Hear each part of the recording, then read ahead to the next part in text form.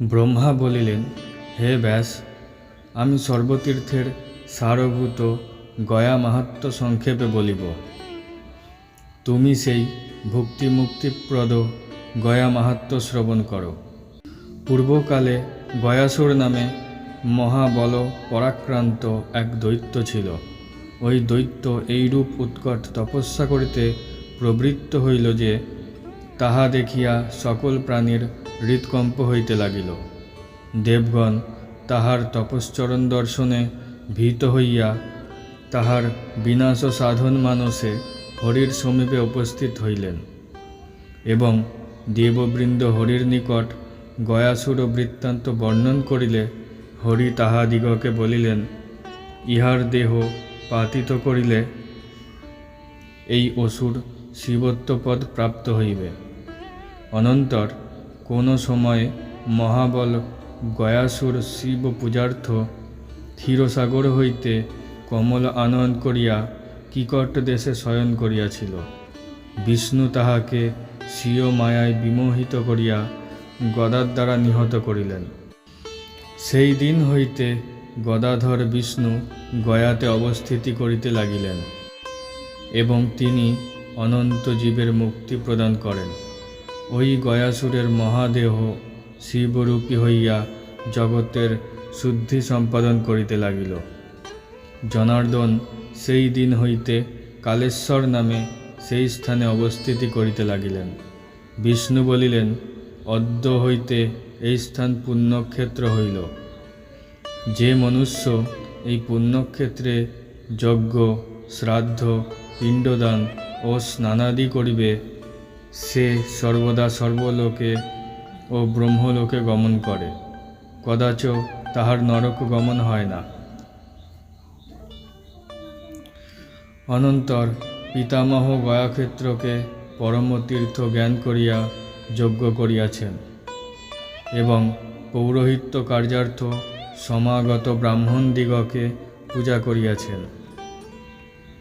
অনন্তর চতুর্দিক ব্যাপ্ত রসবতী মহানদী সৃষ্টি করিয়া ভক্ষ, ভোজ্য, ফলাদি ও কামধেনু সৃষ্টি করিলেন এবং পঞ্চক্রোশ পরিমিত গয়াক্ষেত্র সেই সকল ব্রাহ্মণকে দান করিয়াছিলেন।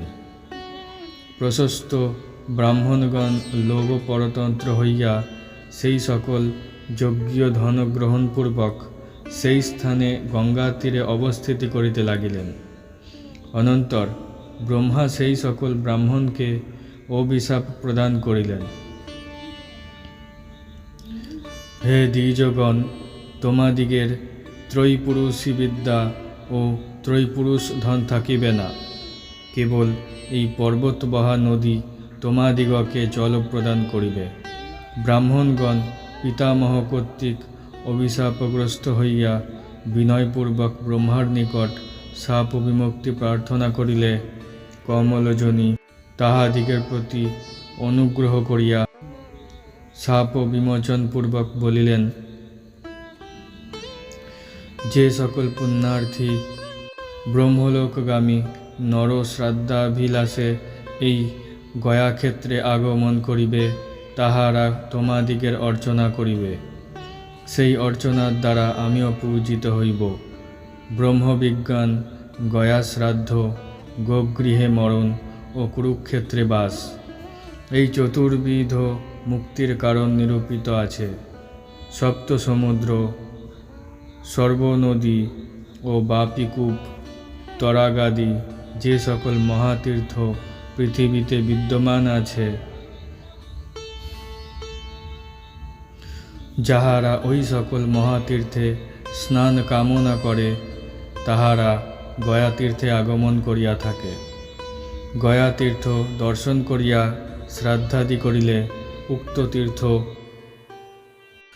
সকলে স্নানাদি জনিত পুণ্য সঞ্চয় হইয়া থাকে। গয়াতীর্থে গমন করিলে ব্রহ্মহত্যা, সুরাপান, স্তেয় ও গুরুপত্নী গমন জন্য পাপ ও ব্রহ্মহত্যাদি কারীর সংসর্গজনিত পাপ বিনাশ পায়। যাহারা অসংস্কৃত অবস্থায় মরিয়াছে, যাহারা পশু ও চৌর কর্তৃক নিহত, এবং যাহারা সর্পদংশনে প্রাণত্যাগ করিয়াছে, সেই সকল পাপীও গয়া শ্রাদ্ধে মুক্ত হইয়া স্বর্গলোকে গমন করিয়া থাকে। গয়া তীর্থে পিতৃলোকের পিণ্ডদান করিলে মানবগণ যেরূপ পুণ্য লাভ করে, আমি শতকোটি বর্ষ বর্ণন করিলেও সেই সকল পুণ্য কীর্তন করিয়া শেষ করিতে পারে না। ব্রহ্মা বলিলেন, কিকট দেশে গয়াক্ষেত্র মহাপুণ্য স্থান। ওই দেশে রাজগৃহ ও বন নামে আর দুইটি মহাতীর্থ আছে। চারণ দেশ মহাপুণ্যপ্রদ স্থান, এবং ওই দেশে যে সকল নদী আছে তাহারাও অক্ষয় পুণ্য প্রদান করে। গয়াক্ষেত্রের প্রান্ত চতুষ্টয়ে সার্ধক্রোশোদ্বয় ব্যাপিয়া মুণ্ডপৃষ্ঠ তীর্থ আছে। ওই সকল স্থান ও মহাতীর্থ বলিয়া পরিগণিত হয়। গয়াক্ষেত্র পঞ্চক্রোশ ব্যাপী, তন্মধ্যে 1 ক্রোশ ব্যাপিয়া গয়াশির আছে। ওই গয়াশিরে পিণ্ড প্রদান করিলে পিতৃলোকের পরমাগতি লাভ হয়। যে ব্যক্তি গয়া তীর্থে গমন করে তৎক্ষণাৎ সেই মনুষ্য পিতৃঋণ হইতে মুক্ত হইয়া থাকে। গয়াক্ষেত্রে জনার্দন পিতৃদেব রূপে বর্তমান আছেন। সেই পুণ্ডরীকাক্ষকে দর্শন করিলে মনুষ্য ঋণত্রয় হইতে মুক্ত হইতে পারে। গয়া তীর্থে রথমার্গ, কালেশ্বর ও কেদার মূর্তি দর্শন করিলে মনুষ্য পিতৃঋণ হইতে মুক্ত হইয়া থাকে। গয়াক্ষেত্রে পিতামহদেবকে দর্শন করিলে মানবগণ সর্বপ্রকার পাপ হইতে মুক্ত হইয়া থাকে। প্রপিতামহদেবকে কালেশ্বরকে দর্শন করিলে মানব অনাময় স্থানে গমন করে। সেইরূপ রমাপতি পুরুষোত্তম গদাধরকে দেখিলে সর্বপাপ হইতে মুক্ত হইয়া থাকে, এবং সেই বিষ্ণুকে যত্নপূর্বক নমস্কার করিলে তাহার পুনর্জন্ম হয় না। গয়াতে মৌনাদিত্য ও কনকার্ক নামে দেবতা আছে। যে ব্যক্তি মনাবলম্বনপূর্বক উক্ত দেবকে দর্শন করে, সেই ব্যক্তি পিতৃঋণ হইতে মুক্ত হইয়া থাকে। গয়াক্ষেত্রে ব্রহ্মার অর্চনা করিলে ব্রহ্মলোকে বাস হইয়া থাকে। গয়াতে গায়ত্রী, সাবিত্রী ও সরস্বতী নামে 3টি তীর্থ আছে। যে ব্যক্তি প্রাতঃকালে গাত্রোত্থান করিয়া সেই গায়ত্রী তীর্থ দর্শন করে এবং যত্নপূর্বক সেই তীর্থে প্রাতঃকালীন সন্ধ্যা করিয়া থাকে, সেই ব্যক্তি সর্ববেদোক্ত ফল লাভ করে। মধ্যাহ্নকালে সাবিত্রী তীর্থ দর্শন করিয়া বিধিপূর্বক সেই তীর্থে মধ্যাহ্ন সন্ধ্যা করিলে সর্বযজ্ঞীয় ফল ভোগ হয়, এবং সায়ংকালে সরস্বতী তীর্থ দর্শন করিয়া সেই তীর্থে সায়ংকালীন সন্ধ্যা করিলে সর্বদানজন্য ফললাভ করিতে পারে। পর্বতস্থ শিবমূর্তি দর্শন করিলে পিতৃঋণ হইতে মুক্ত হইয়া থাকে, এবং ধর্মারণ্যস্থ ধর্মমূর্তি দর্শন করিলে ঋণত্রয় হইতে মুক্ত হইয়া থাকে। গৃধ্রেশ্বর দেবকে দর্শন করিলে কোনো ব্যক্তি না ভববন্ধন হইতে মুক্ত হয়। ধেনুবন নামক মহাতীর্থে ধেনু দর্শন করিলে তাহার পিতৃলোক ব্রহ্মলোকে গমন করে। প্রভাস তীর্থে প্রভাসেশ্বরকে অবলোকন করিলে উত্তম গতি পাইয়া থাকে। যে ব্যক্তি কোটিশ্বর শিবলিঙ্গ ও অশ্বমেধ যজ্ঞ দর্শন করে, সে ব্যক্তি ঋণত্রয় হইতে মুক্ত হইয়া থাকে। যে ব্যক্তি স্বর্গদ্বারেশ্বরকে অবলোকন করে, সে আর সংসার মায়ায় বদ্ধ হয় না। সেতুবন্ধ স্থানে রামেশ্বরকে নিরীক্ষণ করিলে মনুষ্য স্বর্গলাভ করিতে পারে। ব্রহ্মেশ্বর শিবলিঙ্গ দেখিলে ব্রহ্মহত্যাজনিত পাপ হইতে পরিত্রাণ হয়। মুণ্ডপৃষ্ঠে ও মহাচণ্ডীকে দর্শন করিলে সর্বপ্রকার কামনা পরিপূর্ণ হয়। ফল্গীশ্বর, ফল্গচণ্ডী, গৌরী, মঙ্গলা, গোমুখ ও গোপতি দেবকে অবলোকন করিলে মনুষ্য পিতৃঋণ হইতে মুক্ত হইতে পারে। অঙ্গারেশ্বর, সিদ্ধেশ্বর, গয়াদিত্য, গণদেব ও মার্কণ্ডেয়শ্বর এই সকল দেবমূর্তি অবলোকন করিলে পিতৃঋণ হইতে মুক্ত হইয়া থাকে। ফল্গু তীর্থে স্নান করিয়া গদাধর দেবকে দর্শন করিলে সুকৃতিকামী ব্যক্তি কোন অভিলাষ পরিপূর্ণ হয় না এবং তাহার পূর্ব 21 পুরুষ ব্রহ্মলোকে প্রস্থান করে। পৃথিবীতে যে সকল মহাতীর্থ, সমুদ্র ও সরোবর আছে, সকলই প্রতিদিন একবার ফল্গু তীর্থে আগমন করিয়া থাকে।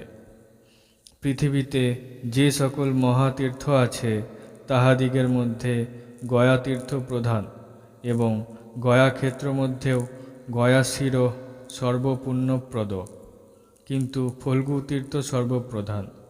ওই স্থানটি দেবগণের মুখ স্বরূপ।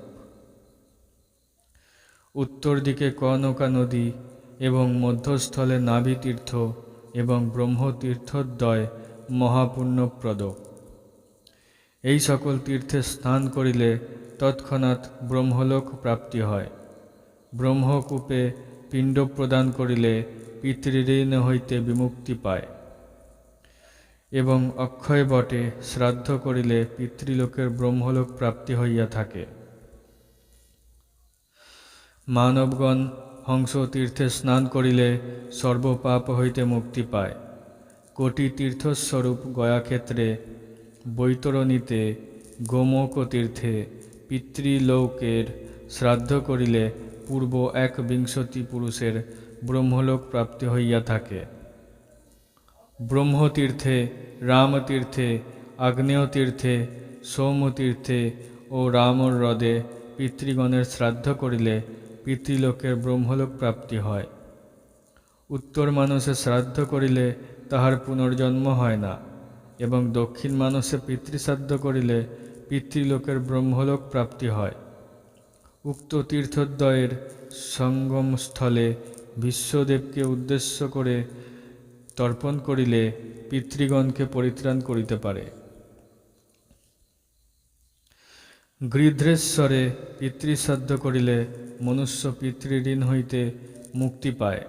ধেনুকরণ্যে পিতৃশ্রাদ্ধ করিয়া স্নান ও তিলধেনু প্রদানপূর্বক ধেনু দর্শন করিলে পিতৃলোকের ব্রহ্মলোক প্রাপ্তি হয়। ঐন্দ্রতীর্থে, নরতীর্থে, বাসবতীর্থে, রামতীর্থে, বৈষ্ণবতীর্থে ও মহানদীতে পিতৃলোকের শ্রাদ্ধ করিলে মানবগণ পিতৃলোককে ব্রহ্মলোকে নয়ন করিতে পারে। গায়ত্রী তীর্থ, সাবিত্রী তীর্থ ও সরস্বতী তীর্থে স্নান, সন্ধ্যা, তর্পণ ও শ্রাদ্ধ করিলে 100 পুরুষ পর্যন্ত পিতৃলোক স্বর্গলোকে গমন করে। যদি মনুষ্য সংযত হইয়া পিতৃগণের উদ্দেশ্যে ব্রহ্মজনিতে গমন করিয়া পিতৃতর্পণ ও দেবতর্পণ করে, সেই ব্যক্তি আর গর্ভযন্ত্রণা ভোগ করে না। কাকজঙ্ঘা তীর্থে তর্পণ করিলে পিতৃলোকের অক্ষয় তৃপ্তি হয়। ধর্মারণ্যে ও মতঙ্গ সরোবরে পিতৃশ্রাদ্ধ করিলে মনুষ্য স্বর্গলোকে গমন করিয়া থাকে। ধর্মযূপতীর্থে ও ধর্মকূপতীর্থে স্নানাদি করিলে মনুষ্য পিতৃঋণ হইতে মুক্ত হয়।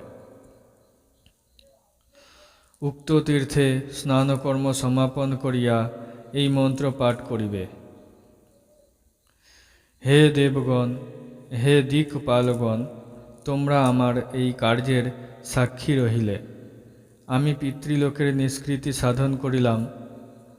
মানবগণ রামতীর্থে প্রভাসে ও প্রেতশিলাতে স্নান করিয়া পিতৃশ্রাদ্ধ করিলে প্রেতভাবাপন্ন পিতৃলোক মুক্ত হইয়া থাকে। স্বপুষ্ঠা তীর্থে শ্রাদ্ধ করিলে 21 কুল উদ্ধার করিতে পারে।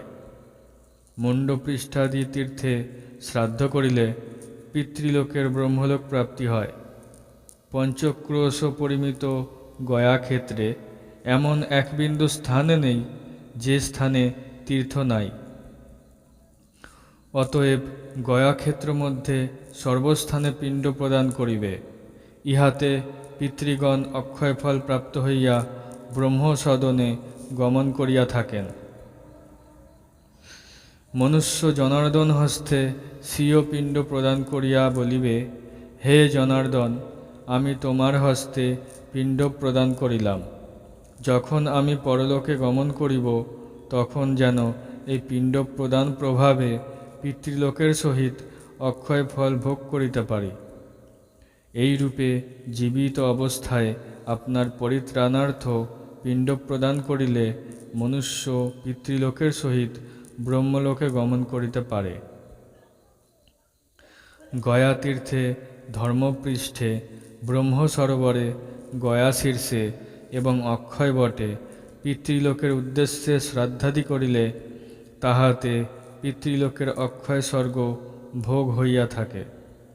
ধর্মারণ্য, ধর্মপৃষ্ঠ ও ধেনুকারণ্য এই সকল তীর্থ দর্শন করিয়া পিতৃলোকের উদ্দেশ্যে অর্ঘ্য প্রদান করিলে ১বিংশতি পুরুষ পরিত্রাণ পায়। মহানদীর পশ্চিম ভাগে ব্রহ্মারণ্য নামে মহাতীর্থ আছে। ওই নদীর পূর্বভাগে ব্রহ্মসদ, নাগাদ্রি, ভরতাশ্রম ও মতঙ্গাশ্রম নামে বহুবিধ তীর্থ আছে। ওই সকল তীর্থে পিতৃলোকের শ্রাদ্ধ করিবে। গয়া শীর্ষের দক্ষিণে ও মহানদীর পশ্চিমে চম্পকবন নামে একটি তীর্থ আছে। সেই স্থানে পাণ্ডুশিলা বিদ্যমান রহিয়াছে।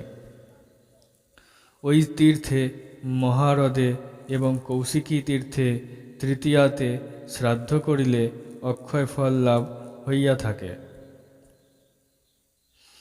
বৈতরণী নদীর উত্তর প্রান্তে তৃতীয়াক্ষ জলাশয়ে, ওই জলাশয়ে ত্রৌঞ্চপদ নামে মহাতীর্থ বর্তমান রহিয়াছে।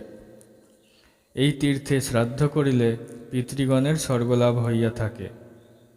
ত্রৌঞ্চপদের উত্তরে নিশ্চিরাক্ষ জলাশয় আছে। ইহাও একটি মহাতীর্থ।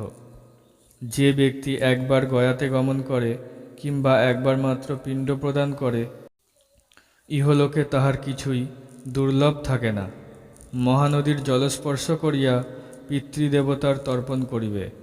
ইহাতে পিতৃগণ অক্ষয় লোক প্রাপ্ত হন এবং তাহার কুলের উদ্ধার হইয়া থাকে। সাবিত্রী তীর্থে সন্ধ্যা করিলে দ্বাদশ বংশের সন্ধ্যার ফল হয়। কৃষ্ণ কিংবা শুক্লপক্ষে গয়া তীর্থে বাস করিলে নিশ্চয় তাহার সপ্তকুল পবিত্র হইয়া থাকে। গয়াতে মুণ্ডপৃষ্ঠ অরবিন্দ পর্বত ও ত্রৌঞ্চ পাদতীর্থ দর্শন করিলে সেই ব্যক্তি সর্বপ্রকার পাপ হইতে মুক্তি পাইয়া থাকে। মকর রাশিতে সূর্যের অবস্থানকালে এবং চন্দ্র কিংবা সূর্যগ্রহণ সময়ে গয়াতে পিণ্ডদান করিলে স্বর্গে, মর্তে ও পাতালে তাহার কিছুই দুর্লভ থাকে না। মহাহ্রদে, কৌশিকী তীর্থে, মূলক্ষেত্রে ও গৃদ্ধকূট পর্বতের গুহাতে শ্রাদ্ধ করিলে মহাপুণ্য সঞ্চয় হয়। যে স্থানে মহেশ্বরের শিরদেশ হইতে গঙ্গার ধারা পতিত হইয়াছিল, সেই স্থলে পিতৃশ্রাদ্ধ করিলে পিতৃঋণ হইতে মুক্ত পায়। লোকত্রয় বিশ্রুত পুণ্যপ্রদা বিশালা নদীতে গমন করিয়া শ্রাদ্ধ করিলে অগ্নিষ্ঠম যজ্ঞের ফল হইয়া থাকে। মাসপদ তীর্থে স্নান করিয়া শ্রাদ্ধ করিলে বাজপেয় যজ্ঞের ফল হয়। বড়িপাদ নামক মহাতীর্থে পিণ্ডদান করিলে পতিতগণের উদ্ধার হইয়া থাকে। যে ব্যক্তি গয়া তীর্থে গমন করিয়া পিতৃলোককে অন্ন প্রদান করে, তাহার দ্বারাই পিতৃলোককে পুত্রবান বলা যায় এবং সেই ব্যক্তি যথার্থ পুত্র শব্দের বাচ্য এবং হেতু নরক ভীরু পিতৃগণ পুত্র কামনা করিয়া থাকেন। আমাদিগের বংশের যে কোনো ব্যক্তি গয়াতে গমন করিবে, সেই ব্যক্তি আমাদিগকে পরিত্রাণ করিবে। এই প্রত্যাশায় পিতৃগণ স্বীয় সন্তানকে গয়াতে উপস্থিত দর্শন করিলে তাহাদিগের উৎসব হইয়া থাকে। যদি বংশের সন্তান অথবা অন্য কোনো ব্যক্তি গয়াক্ষেত্রে গমন করিয়া পাদর দ্বারা জলস্পর্শ করিয়াও আমাদিগকে পিণ্ড প্রদান করে, তথাপি যাহার নামে পিণ্ডদান করে তাহার ব্রহ্মলোক প্রাপ্তি হয়। গয়া তীর্থগামী ব্যক্তি কোটি তীর্থের ফল লাভ করিয়া বিষ্ণুলোক প্রাপ্ত হয়। ত্রিলোক বিশ্রুতা বৈতরণী নামে যে নদী আছে, সেই নদী পিতৃলোকের পরিত্রাণার্থ গয়াক্ষেত্রে অবতীর্ণা হইয়াছে।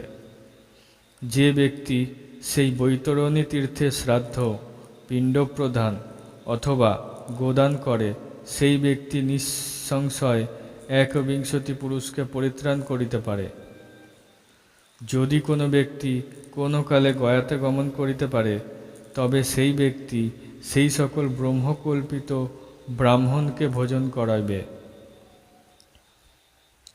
যাহারা সেই ব্রহ্মকল্পিত ব্রাহ্মণগণকে পূজা করে, তাহাদিগের ব্রহ্মলোকে বাস হয় এবং তাহারা সৌম্যরস পান করিয়া থাকেন এবং ওই পূজাতে সর্বদেব ও পিতৃগণ পূজিত হইয়া থাকেন।